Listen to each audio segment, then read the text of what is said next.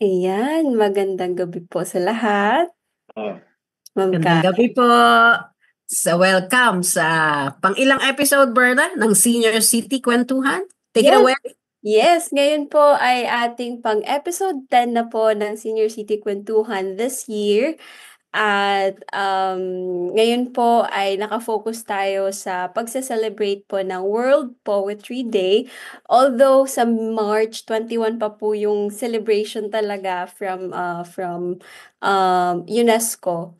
Pero ngayon po ay ikinalulugod namin i-presenta at i-celebrate ito in advance dahil kasama po namin ang aming guest mula po sa Bicol na si Ka Frank na mamaya po ipapakilala pa namin pa sa inyong lahat. And ngayon pong gabi dahil medyo uh, gusto kong simulan ito ng ayan, salamat mo kay. Simulan ito ng maging maging imaginative na agad tayo sa episode na 'to. Kasi nung nabasa ko po yung ano nga, yung sinulat ni Ka Frank ay yung imagination of the nation. So parang imagine the nation. So parang okay. Excited ako na mas ma-dive deeper po natin ito. Pero yun nga po, episode number 10 natin ngayon at simultaneously live po tayo sa iba't ibang Facebook pages po ng ating mga partners para po sa ating Senior City Kwentuhan. Nandyan po yung Inat Philippines, yung Senior City, senior sa panahon ng COVID, Lapis Osiso, at of course po ang PRRM. Ayan. Yan, thank you. Tulad nung bago kami nagsimula, nagkukwento kami kay Ka Frank, itong Senior City Kwentuhan ay naglalayon na i-promote sa ating lahat ang adult learning and education sa balangkas ng lifelong learning. So no matter what age we are, kaya kami dalawa ni Berna ang magkasama dito, ay hindi natatapos ang ating pag-aaral, ang ating pagkatuto. At every week po, napaka-interesting ng ating mga episodes. At for this Saturday, napaka-interesting po. Nagpadala po ng materials ang ating guest at binasa namin kaagad. So anyway, nakita nyo sa ating poster ngayong gabi, ang ating episode title ay Tula-Tula, Paano Ka Ginawa? Para po sa mga nakakaalam ng nobela na isinulat ni Luwalhati Bautista, ito ay hango sa kanyang nobelang Bata-Bata, Paano Ka Ginawa? At naging sine din ito. So, titignan lang po natin paano ang proseso ng imahinasyon at pagsusulat at panunula ng ating guest. Ang ating pong guest, nasa ating poster at kasama natin ngayon sa live ay si Ka Frank o si Francisco Peñones Jr. Pakilala ko lang po siya saglit. Ayon sa Facebook ng Bicol Who's Who, meaning sino ba ang mga sikat at kilala at tinitingala at ginagalang sa rehiyon ng Bicol. Isa pong nilang feature ay si Ka Frank.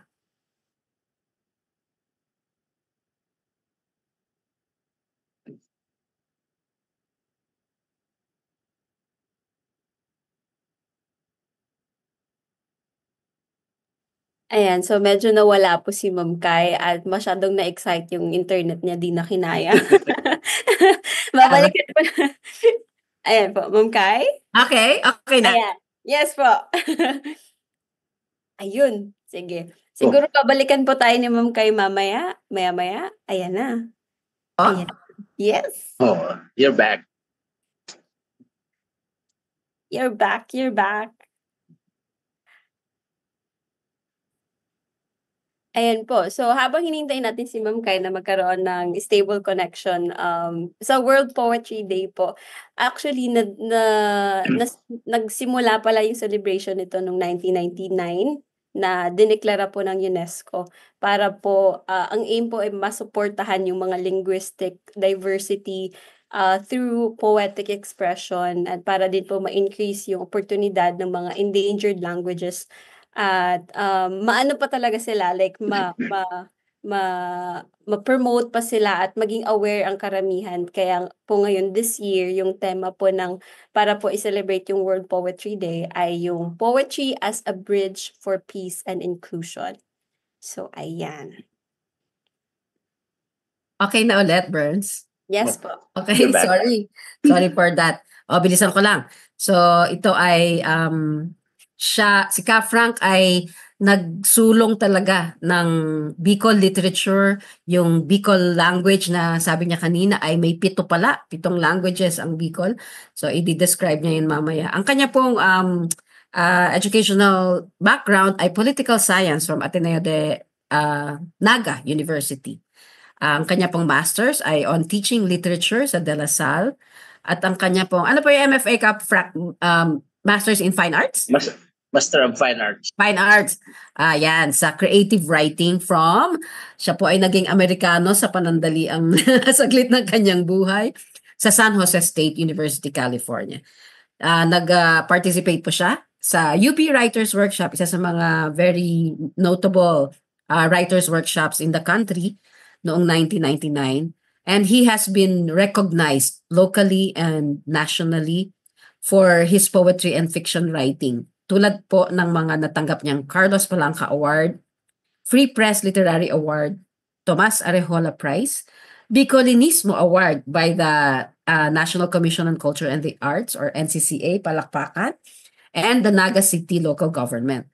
He is also honored with the Sumagang Award for Literature and Journalism by his hometown, Iriga City Government.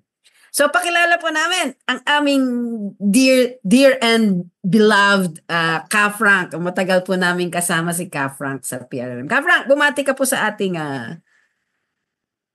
audience. Magandang gabi, Kai. Magandang gabi, Berna, at saka mga tagapakinig natin sa Senior City.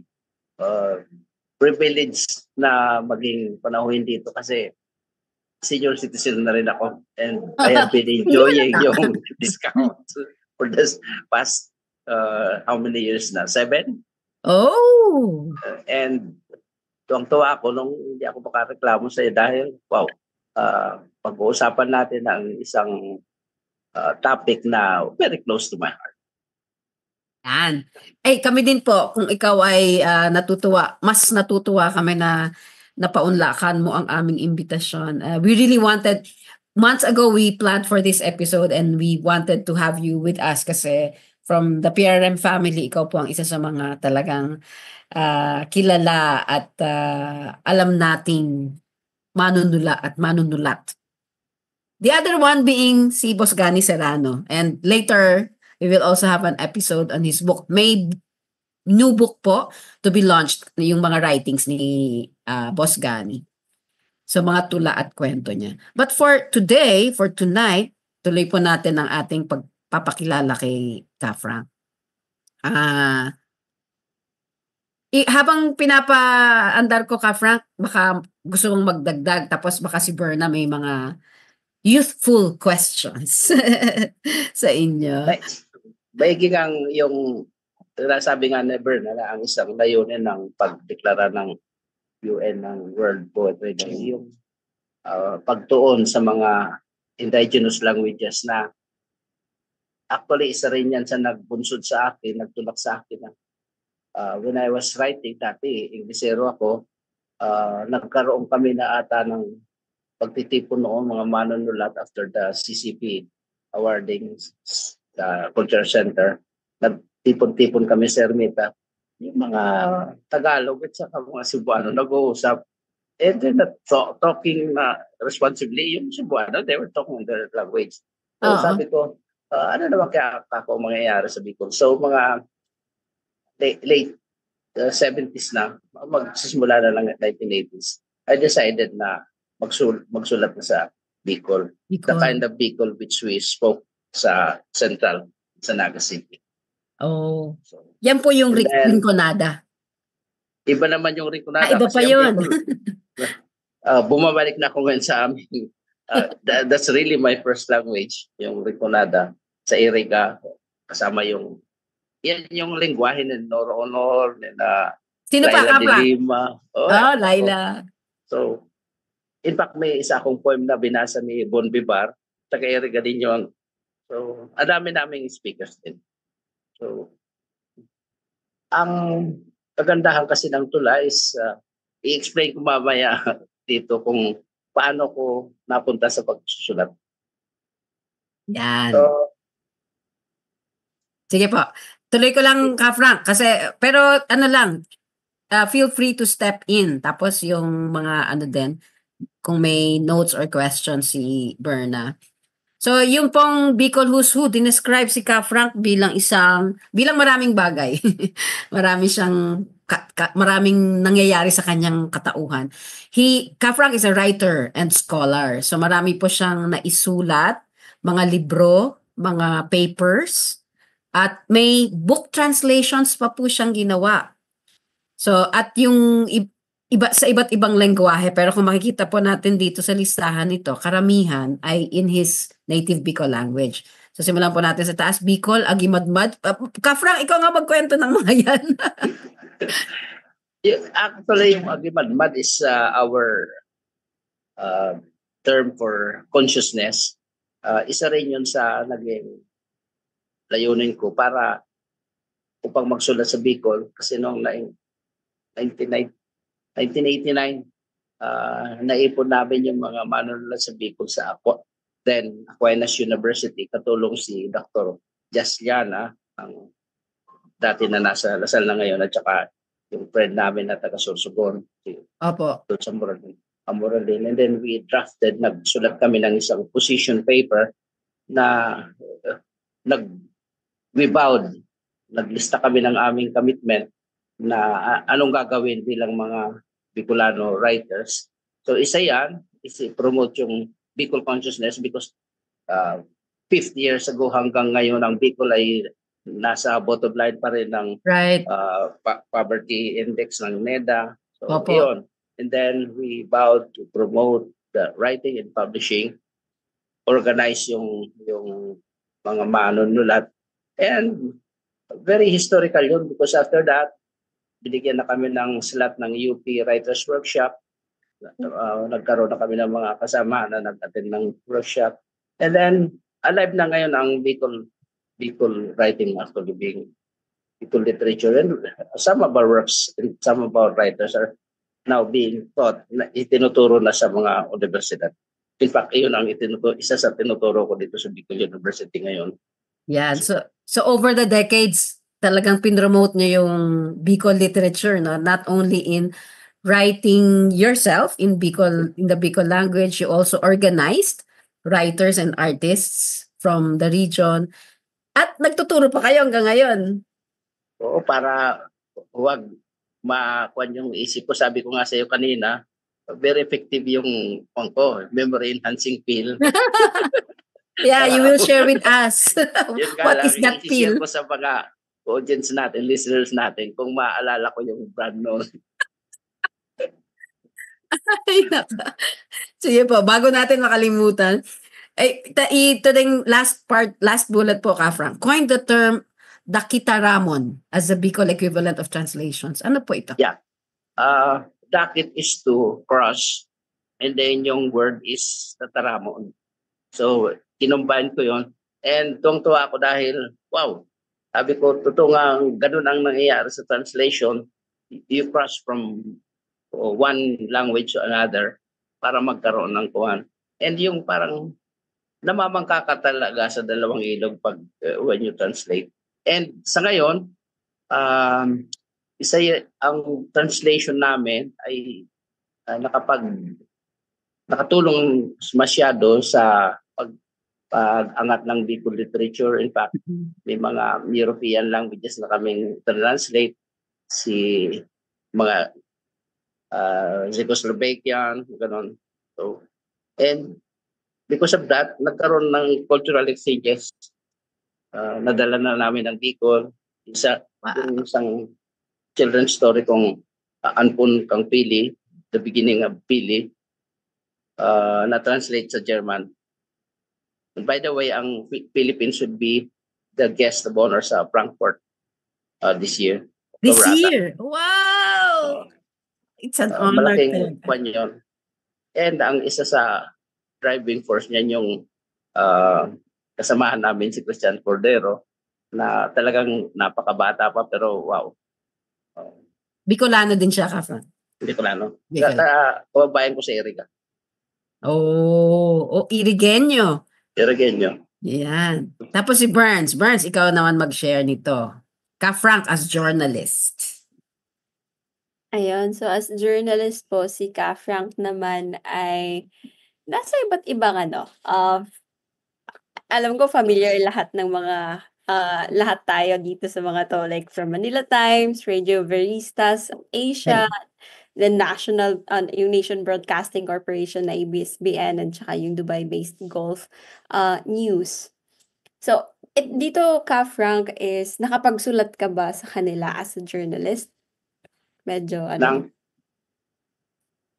Nagsulat ka, Frank, sa kanila, itong Manila Times, etc. yeah, may regular akong news feed sa dati. Mga ilang taon din. Okay. ayun. Then, when I was still sa Manila pa, ako yung isa sa Philippine correspondent ng Gulf News na nakabase sa Dubai. Dubai. Ang hilig naman ng mga Pinoy doon, karamihan, balitang artista at saka PBA. But, ang daming kwentong. In fact, required ako noon na mag-send araw-araw ng mga 17 news daily. So, 17 nakakauwi ako ng items? Fairview from Makati. It's already 11 ng gabi. Hindi pa kasi uso ang noon, yung itong the way we're using the social media. Right. Dadalhin ko pa yung napakalaking Oh my floppy disk ko. God! Oo. Sakripisyo, but it taught me so many things. Yeah. Yung editor namin, lalo sa pagsusulat, nagagamit ko na rin ngayon sa pagtuturo ng editorial writing dito sa mga press ko dito sa Bicol. Wow.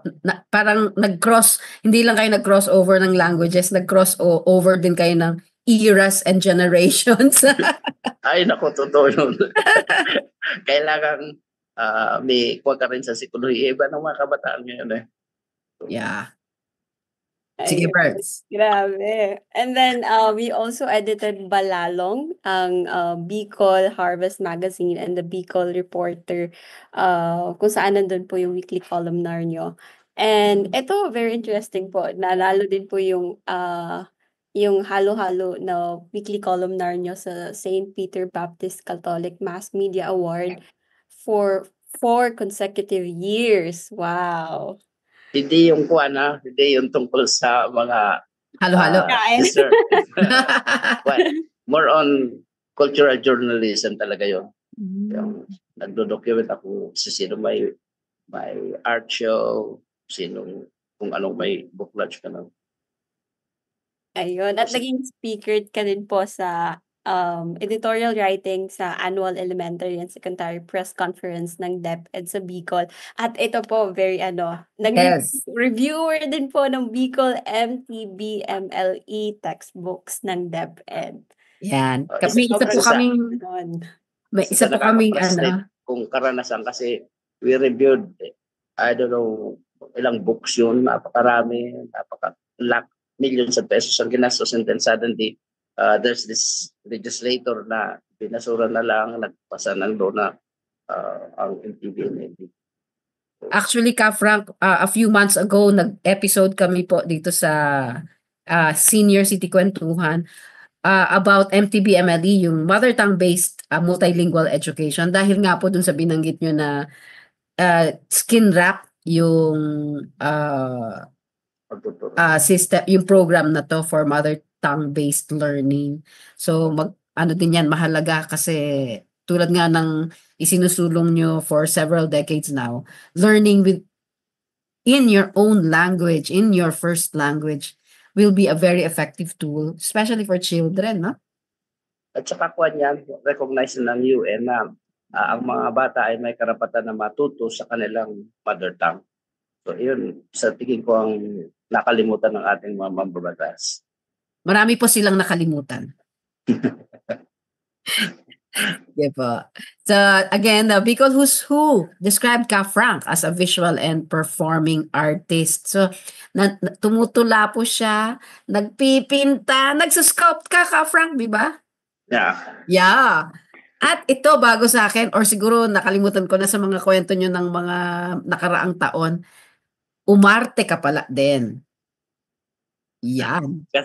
Nagkaroon na kasi ng mga malalakas ang loob na director. Pero they're good. Ang mga actors, nagsasalita talaga sa Bicol. Oh, okay. Kailang nakalimutan na rin. Pero they're good. Nagkaroon kami ng short film na naging finalist sa Malaysia. Si Mercedes Cabral, na kapatid ko na rin Ah, yan. opo, si Mercedes Cabral. Bicolano po ba siya? Hindi naman. Oh, yeah. Yeah. Bata. She is. Matalinong bata yon. Oh. Imagine, yung first language niya is Tagalog, pero nung she was given the script in Bicol, nung i-deliver niya, wow. Ang galing. Very native. Galing. Galing. Talaga. Tapos mga indie films to, Frank, yung inyong inartehan. Yeah. Very nice. At dugtong natin Frank, sabi nyo ngayong taon na to ay may Berlin-bound film kayo. Oo, yung sinabi ko sa iyo, si Christian, nagkaroon, he's experimenting on his kind of film. Pagka-documentary ito, napakahaba. So sabi niya, it will be shown daw sa Berlin this June. Wow, in Berlin? In Berlin. Wow, in Bicolano? In the language? Yeah, I was speaking in my Bicolano language. May subtitles naman. Sana mapanood namin yan. Sige po. Ito naman. Burns, would you like to? Yes. Yeah. Yours truly din po ay nag-serve na rin po si Frank as Board of Trustees ng PRM. Although hindi ko po naabutan yon. Pero mga sabi-sabi at kwento-kwento rin po ni Ma'am Kai, syempre, unang-una. And then, maliban po dyan, as civil society leader, nagsusulong ka din po for the need for language justice for minority languages. Tapos ito very interesting din po, Frank, yung Kolping Philippines, na alam ko po nabanggit ni Ma'am Kai sa akin pero nakalimutan ko ulit kung anong pinaka-focus po nito. It's a Cologne, Germany-based Catholic one na nagtumutulong sa amin sa funding. Ayan. Okay. Yan. Ay, next. Yan. Lastly, at least for this article by Bicol Who's Who, Frank is a poet, all in capital letters. His poems and fiction are acclaimed in marami pong mga ano po to, magazines and anthologies, yeah. And books, hindi lang sa Pilipinas kundi sa Amerika din. So yung Field of Mirrors, an anthology, gusto ko itong mga anthologies na to. Philippine-American writers. So kasama po si Frank dyan in 2008. Also in 2008, the Read Magazine, which is the oldest literary journal in Mississippi. At ano tong maganda magazine, Frank, in 2009? Sa Berkeley, that's being run by film students. See. So ang ganda yun ang interaction din ng mga natin. Kababayan. Yan. At tulad nga nung sinabi po niya ngayon, college subjects. Pero mas sa Bicol University na po, Frank, ano? Opo. Yan.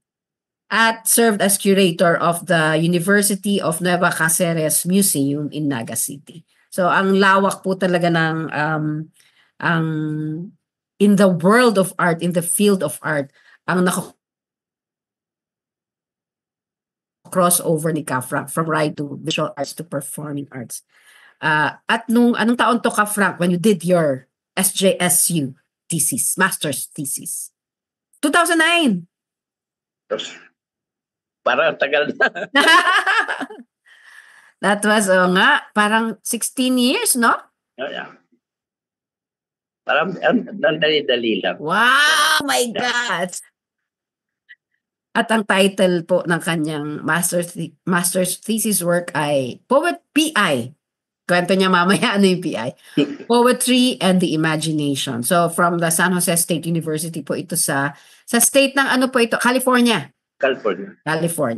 Yan. So sa baba din po ang citations, recommended citation about his book based on his master's thesis from SJSU. At ito nga po ito po ay from the pages of the manuscript, from the thesis manuscript. Ay wait, yan. So ito ay patunay lang na talaga natapos ni Frank ng masters noong May 2009. Frank, ito I picked up this page of your abstract from your thesis. Would you like to talk about it? Basahin ko na lang ba? Or Apo. Medyo maliit. Ay, sorry. Yeah, my poems attempt to reimagine, recall, and reconstitute my native country as represented by its colonial abbreviation, PI. This project proceeds from and responds to a mixture of visual and textual representation of my country, as well as from the generous wellspring of poetry. My poems negotiate the interstices of the words imagination and nation. Such negotiation is expressed through poems that remember and reinscribe my own and my country's historical experiences, which are transformed as a verbal imagination of a body polity or community called nation. Gusto kong balikan yung topic kasi natin, tula-tula paano pa ginawa. Noong 1970s, just as we were about to handle the school organs at Ateneo, nag-declare ng martial law. So, nawala yung school organ namin. The next best thing na parang outlet namin sa our creative urge was in writing. Yan ang lakas ng Ateneo noon. Pero yung una ko talagang gustong gawin was to go into fine arts sa USD, pero hindi ako pinayagan ng mother ko. So, nagsulat na lang kami. And that leads me to yung literature. Yeah. Now, noong 1995 ata yun, I received a letter from Philippine Social Science Institute sa may Commonwealth. Commonwealth ba yun? Malapit sa UP. Asking me to bring in friends para sa orientation ng Ford Foundation for a scholarship.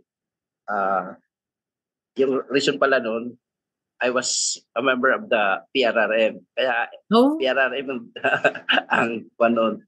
And then, nung nagpapasa na sila ng application form, nag-reject ko kasi sabi ko, I was already mid-50s na ata. Early 50s. Ay, hindi yan yan, sir. Wala niyang age limit ko. Oo.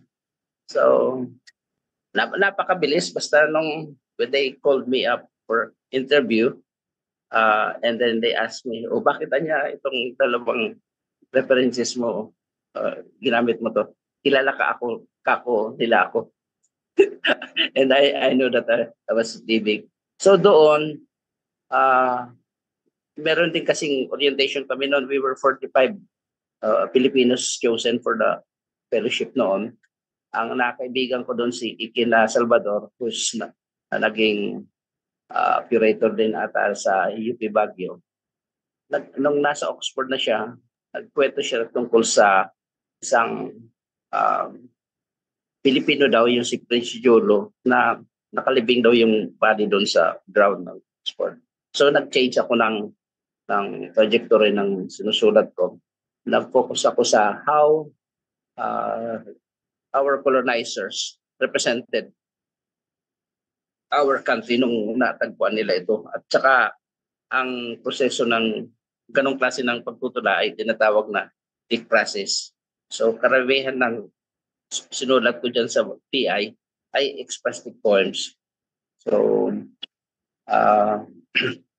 kaya karamihan nga dyan talaga yung may mga photographs dyan, tapos even accounts, by the way, accounts nung natagpuan nila ang Pilipinas. So, iyon ang talaga. kung bakit PI yan. Oo. Pero, yeah. Pero ang tingin ko talaga sa tula, kung bakit tumutala ang tao? Si isang kung nabasang si Elder Olson, isa siyang kanong poet na kunin ko yung naalala ko pa yung poem niya na reserve lang.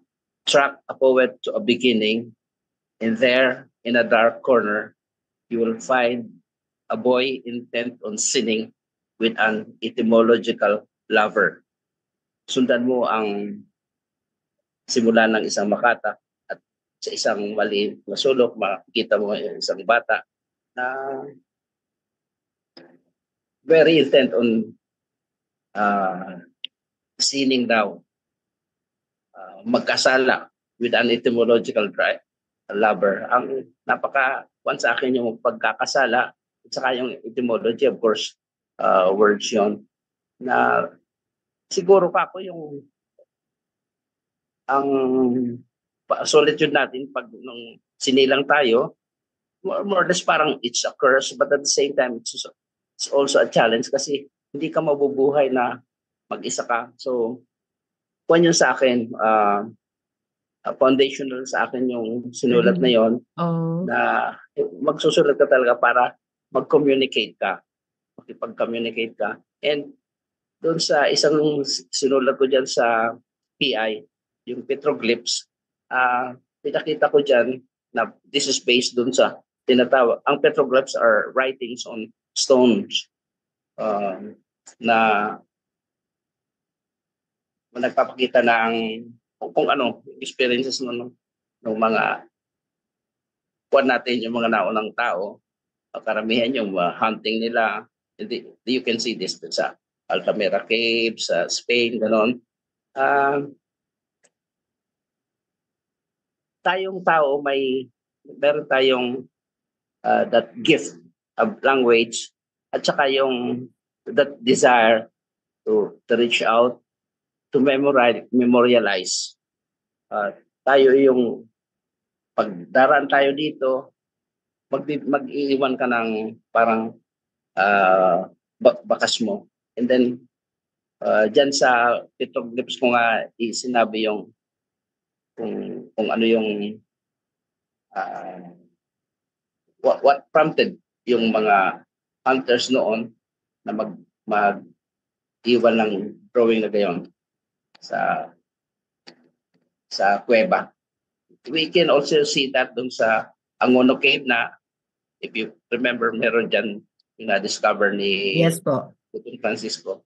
Yeah. Sa tingin ko, yung mga ninuno natin, dumaan doon, kumain kami ng turtle dito, kaya inuwi mo na doon. And that's very human. So, yun ang kuwang ko lang. Ang tingin ko, ang pagsusulat ay, lalo na ng poetry, ay it's part of our human gift blessing na to interact, to memorialize ang ating kuwan, ang ating experience dito sa mundo. Would you like me to read that? Dami kayong nadaanan yung kasaysayan ng Pilipinas. Yung memory ninyo noong una kayong na in love sa pagsusulat. ang ganda ng kwento ninyo. Ito po yung petroglyphs na tula nyo. Would you like to read it or? One lang siguro. Yeah. Portion. Sige po. Survival, swift as hopes or pose among the thickets, or as arrows whizzing by, darted and left disheveled paths in the forest. In the evening before the fire, a sun they gather around like planets in the stony cave. One of them took his spear in each line that reminded them of a comet's tail as it streaked past the sky, or in that morning's chase, the roads their prey took. Its scared dash towards refuge, betrayed by a trail of broken twigs and parted tops of grasses. For a while, the limestone galaxy fell silent, stunned by the mind now visible with the clarity of the ensuing dawn. From then on, the lines would mark the march of the human race into the open road of the present. The past recorded in the lines and assemblage of typefaces and letters, recalling Nazca and Nasdaq, the top lines of twin skyscrapers, crumbling from the straight line arrow path of an exploding jet, 911 yan. Colors in the frenzy and boogie beats, the rigid line of rhetoric of a preacher or a president, Trump, justifying a line of attack, the ground in DC or Kirkuk, or the bowed heads of factory workers going home from their night shift, standing in line like a line of trees on the street, shorn of leaves. And so I, Frank Piñones Jr., inheritor of those rugged scrolls of the stone walls, hereby make them dance and jump. And these last lines, joyous or perhaps terrified at the slow drag, that long, long night after the hunt. So, the narration ko lang, i-imagine ko lang yung Wow. mga akon natin, no? At saka kung tinitingnan ko na whatever happened. So, sa sinimulan. Oo nga. So parang Frank, pagbabasahin ko ito, at least itong petroglyphs nyo lang, you mentioned so many things like yung DC or Kirkuk, Nazca and Nasdaq. You mentioned all these parang places and persons in other parts of the world. Paano nyo yan na i-integrate sa inyong mga tula? How do you come about writing them in and integrating them in your poem? Kasi siguro dahil Poems. nabuo na rin yung... So you have had read it, you have had... Oo. Stored na siya, and that's the miracle din ng kuwan. Pagsusulat kasi they just come in. Lumalabas na lang. It's really the gift. Yung mga creatives, they can explain kung ano yung experience na yun. The Japanese call it satori. Oh. Wow. Sana all. Sige po. Balik tayo dun sa ito yung inyong kaya ko din tong slide na ito because in your thesis, how you wrote your thesis, you included these acknowledgements. Pero you mentioned tigsik. Natuwa po ako doon eh. Usually, ang mga acknowledgement sa mga thesis or sa mga libro, listing lang basta ganyan, giving text to acknowledging. But you inserted na naman your Bicol culture and language. Yeah. Actually, hindi bagay ang tigsik na isulat dahil parte yan ng orality phase namin, ng kultura namin na puros pasalita. Pero sabi ko, appropriate ito dito dahil it's also my gratitude for having experienced America. Pero at the same time, warning ko rin yung sarili ko na you cannot enamor me and stay. Actually, meron ng temptation na you stay there. Ako, I really am going back. So, I see. That's why sinulat ko yung tigsik. Okay. I gets ko kayo. I get you now. Sige po. So, and then the thesis of Frank goes on to, teka, saan na ba tayo? To list all the titles of his poems. Pero Frank, di ba, 3 parts ang inyong thesis. One is, the first part is P.I. The second part is big P, small I, as we see in this slide. Pakikwento nyo nga, bakit ganyan ang inyong mga chapter titles? Connected pa rin yung P, yung na yun dun sa poetry in the imagination. Pero sabi ko, yung meron din yung pagmumura dyan. Pero yung PI naman, yung the mathematical equation at 3.14 something, Yeah. mga rumination ko yan sa yung universe tuwang-tuwa nga ako ngayon because the journey ngayon ng James Webb Telescope na wow, na i-disprove yung mga luma nating kaalaman. Talagang grabe ang ng universe. Sabi ko, andun yun sa PI. May isa akong poem na sinulat ko for a painter friend, si Gus Albor. Meron kasi siya hinting that. And lately, nung nakikita ko yung mga photographs ng James Webb Telescope, wow, nakita ko na to. So, I think I'm also moving towards that yung bilang manunulat. Kasi after this, what ito academic requirements, pagbalik ko dito sa Bicol, of course, balik Bicol naman ako. Right. Although, hindi na sa Bicol Central yung tuwang ko, sinusulat ngayon, lalabas lang ng isang libro ko ngayon. It's a collection of essay, Iriga, at saka pinablish ulit ng Savage Man sa Naga. Kasama na yung reprint ng mga una kong poems sa Iriga. So, it's parang full circle lang. Ang nakatutok ako ngayon, nakatutok ako ngayon sa visual arts. Although, siguro, i-share ko dito yung first two stanzas ng isang sample ng Bicol poem ko na pinerform ko nung rally, People's Rally against Joseph Estrada noon. Opo. Sa Iriga. I think I also chanted this sa Legazpi, dito sa Legazpi. So, ito po yun. The title is Panahon. Para marinig niyo kung ano ang Bicol. From memory. Wow. Napagmata ko sa panahon din kahandalan. Panahon kung kasuwarinan, kapangyarihan. Ginamit ang batbat na kamot nganing lupigan. Asin timak-timakan mga namamanwaan.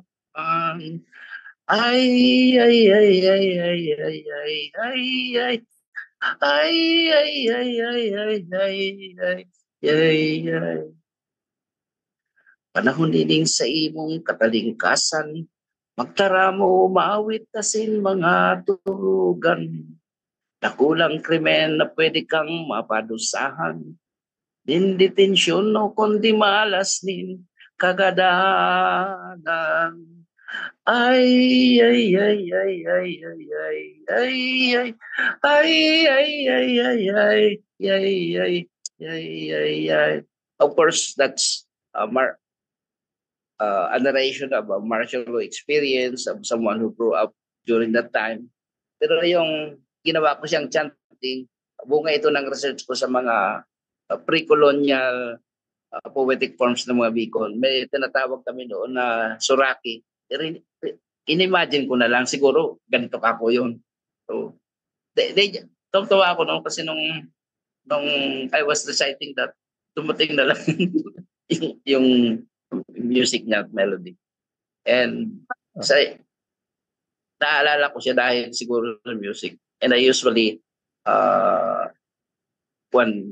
recite ko siya pag napipilitan. Kafrang, maganda sanang naituturo nyo yan sa schools or sa mga organizations where you belong. Pinost ko nga siya nung so that ng February.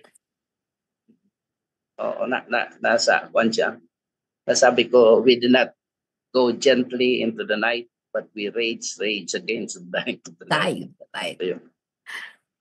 Ang gandang pakinggan ka, Frank. Not only the sound of the Bicol language, but also the tones, the chant. Hindi ko akalain na may chants pala ang Bicol. Sabi ka ni Dr. Liana, wala kasing na-record na or nakakaalala ng how it sounded, yung mga account ng mga Friday, wala naman. They just mentioned it na yung mga naratnan namin mga Bicol, may mga ganitong kuhan. Pero ang teorya ni Jazz is yung passion namin sa Bicol, baka ganun ang tuno. So ako lumaki rin ako sa baryo, yung mga matatanda namin. Siguro na-stuck sa akin yung ganung tuno. Okay. Sige po. Then meron po kayong as part of your thesis, meron din dito yung yung after the the titles of your poems from the 3 chapters.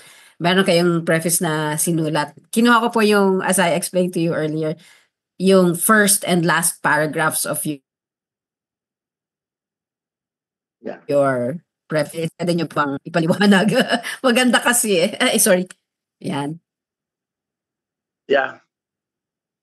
Basahin ko? Yes po, if you okay. would like. Writing as an act of imagination is, for me, also an act of remembering and searching for a home. A home that has been displaced and altered by my particular colonial experience. In this project, the notion of nation provides me with a trope for such remembrance, self-definition, and imagining.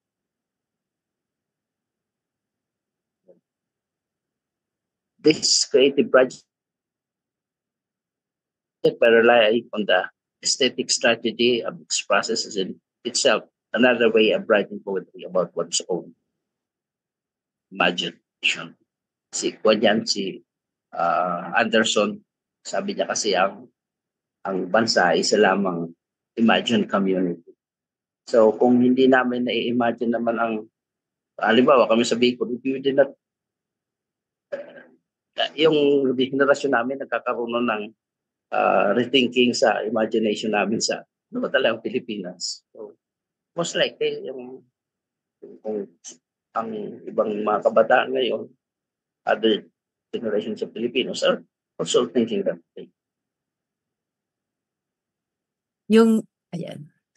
Yan, sorry. May binanggit ka, ito ka Frank, honestly talaga hindi ko naintindihan. Aesthetic strategy of ekphrasis. Ay, sorry. Yeah. Yung process, ng kwan paraan ng pagsusulat, poetry na yung inspiration, kinukuha sa, or nagsisimula sa isang art din, like painting, gano'n. Even music. So, parang binibigyan mo ng verbal na representasyon sa pagsusulat yung isang visual na imahe source. Ganun ang estilo o padron na ginamit ko dyan sa collection na yan. Medyo napadali, pero at least sa tingin ko, hindi ako naging historian na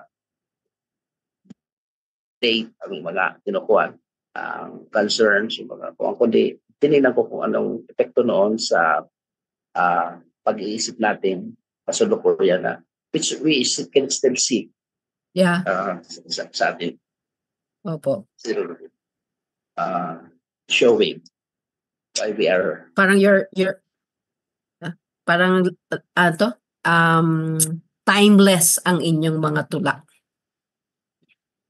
Hopefully, ganun. Pero sabi ko, masyadong siguro kung ako nag-personal assessment ng contribution ko sa literature sa amin, I'm very political. Yes. Hindi ko maiwasan yan. Yes. Dahil yun nga sabi ko, yung panahon namin is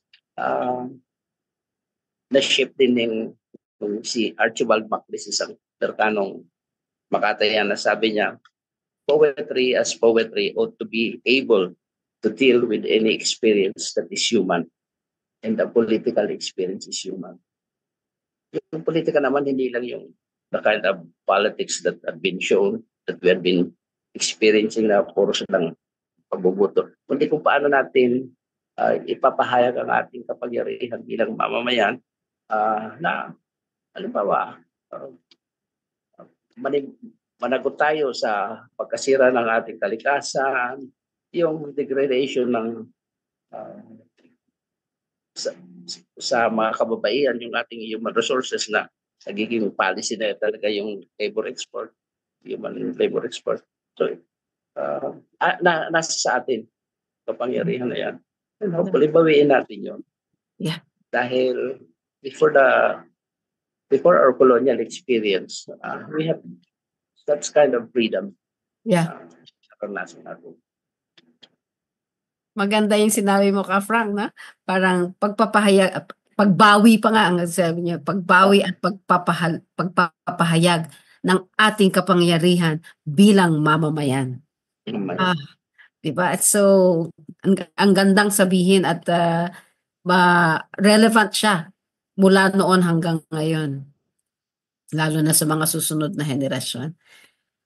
Tignan natin ka, Frank, yung mga poems mo na kinuha natin from the thesis. Ito yung from, ito parang pagbabalik ulit doon sa binabanggit mo. Your poems are political, your writings are very political.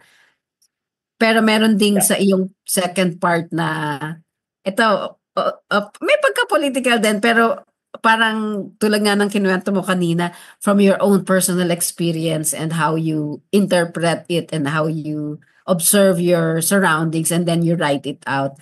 Ito yung tula nyo na Two Flowers. Pa-recite ko po kay Berna. Request natin si Berna to recite it. Yan. Bernadette. Sana I can give justice sa ganda. Okay, Two Flowers. So, from where I drink the amber beer, he seemed to be only at play. His hands at first, a conductor's, then a piano player, then a DJ. As he kneaded the white lump and tossed it in the air, and around us that twirled thin like a vinyl. What came out of the kiln minutes later was a flower, fragrant with cheese, bacon, and pepper. Sarap naman. Thousands of miles away in a far country, I recall seeing a man and his boat gather a Steinway mass and hurled it on top of the water, forming a white petaled flower that turned silver as fish's feet flip and twist in the closing net. Yan. Kaya ako rin po thanks for Tama-tamang pinabasa mo siya dahil Women's Month din. Oo nga po, yes, March 8, Women's Month. International Women's Month this March. Oo nga, kaya ko rin po na pick out from your poems dun sa thesis nyo. Kasi habang binabasa ko, parang nai-imagine ko siya talaga. All the colors and tubig na tumatalsik and the aroma nung tinapay. Parang nai-imagine ko siya talaga. Imagination. Yeah. Nasa picture parlor ako dyan. Tapos, yun, nung nakita ko yung ship na tinitour niya yung, wow, galing ka ako nito. Tapos, then, siguro binalik ako yung memorya ko sa ating bansa. Yung mga mangingisda. Parang dito nakikita ko ka, Frank, yung parang dilemma nyo noon na should you stay in the US or should you come back to the Philippines? Parang itong tula na to showed you both, parang love nyo rin ang bawat isa sa mga lugar na ito. Yeah, merong parang magkakaroon ka talaga ng divided feeling. But eventually, mananay kung who you are. I really have to decide na babalik ako.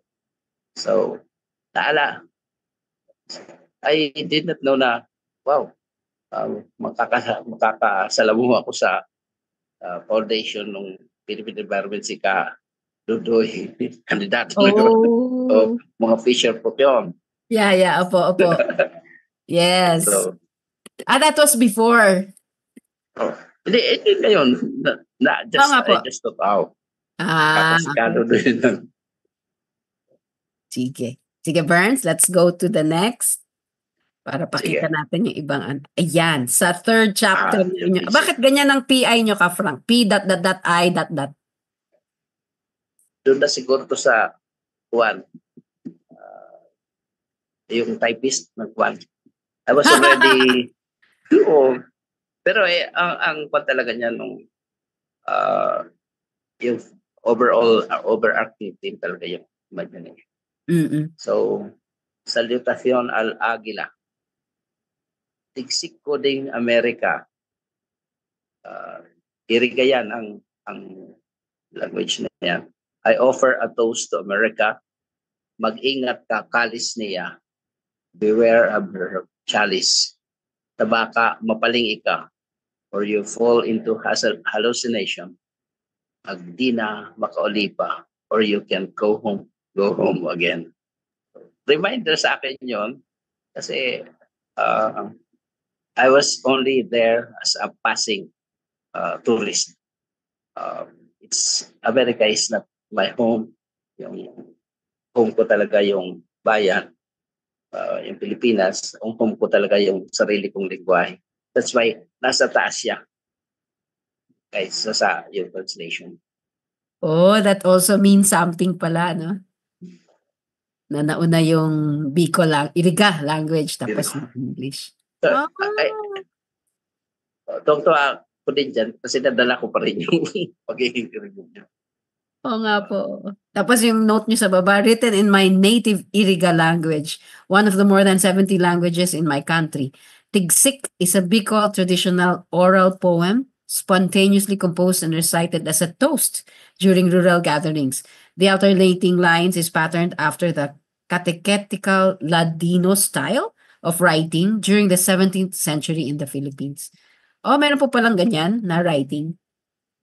Oh, may mga pagsusulat tayo no na ewan ko kung language lesson ito, pero may mga nagsusulat na Pilipino mo na, yung Tagalog mo na, Kastila.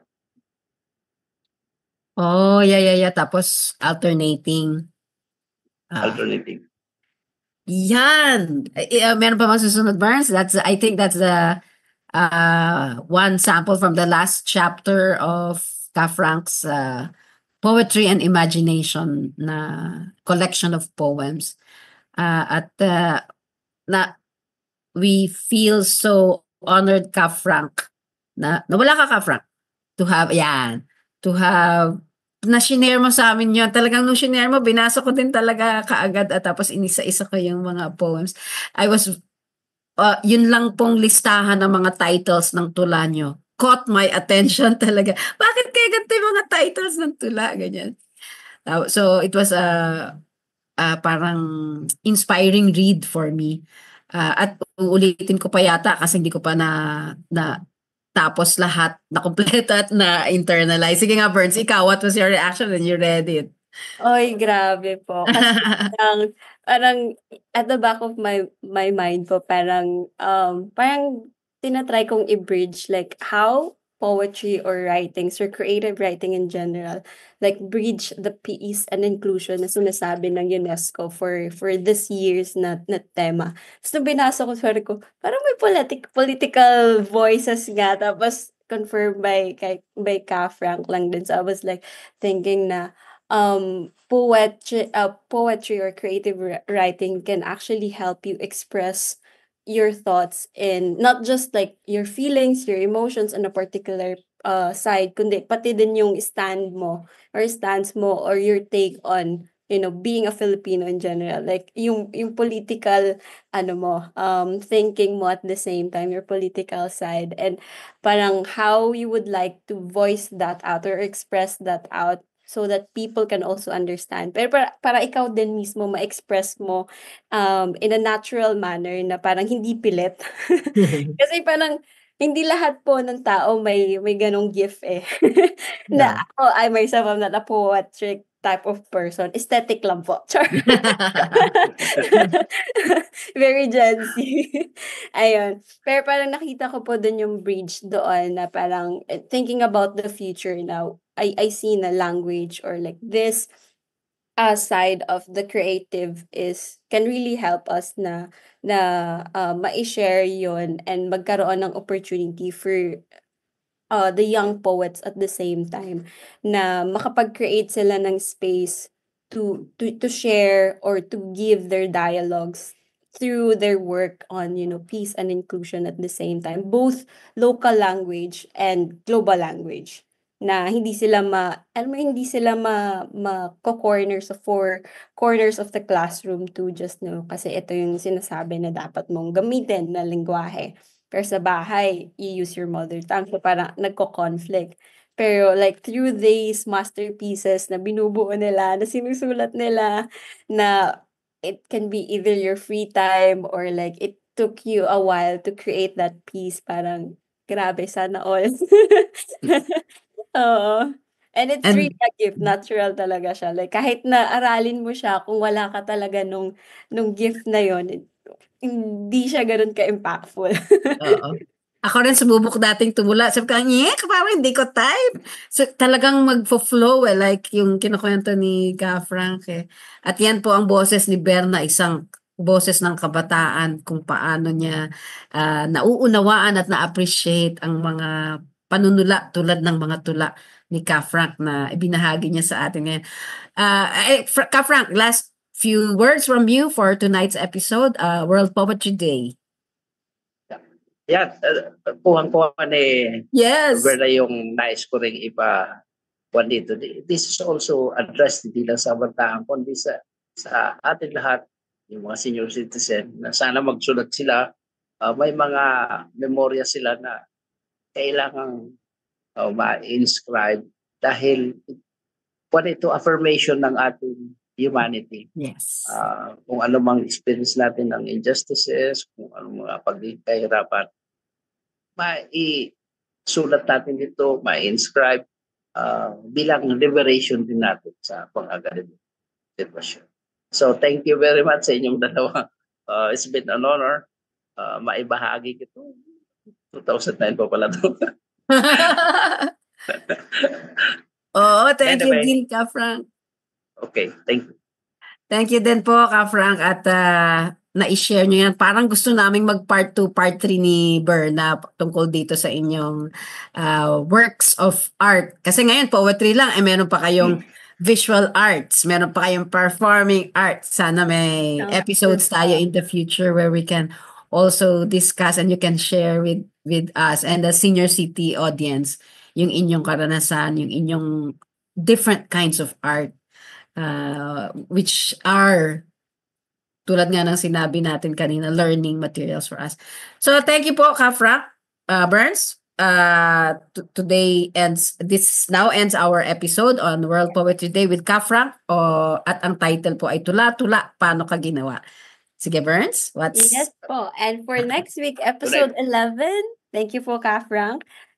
Next week naman po, we'll talk about International Day of Forest. So, kung saan, yes. magpo-focus po tayo sa ano po naman yung involvement ng youth on preserving our forest and how to make it more, conservative Healthy and healthy at the same time. So, ayan po. Sige po, Ka Frank, thank you. Thank you po. Berna, thank you.